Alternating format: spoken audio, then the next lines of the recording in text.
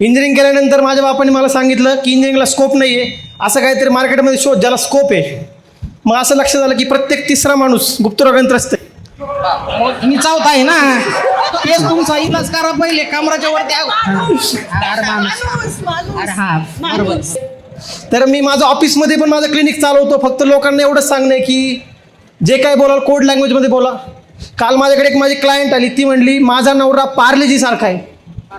मी म्हटलं जिम आणि जिनियस. ती म्हटली नाही नाही, चहात गेला की विरघळतो.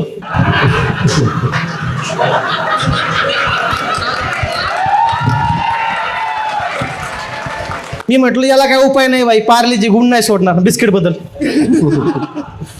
दुसरी आली, ती म्हटली माझं एक्झॅक्ट उलट आहे, माझा नवरा ओरिओ सारखा आहे, काही करा वाकडं करा तिकडं करा क्रीमच निघत नाही.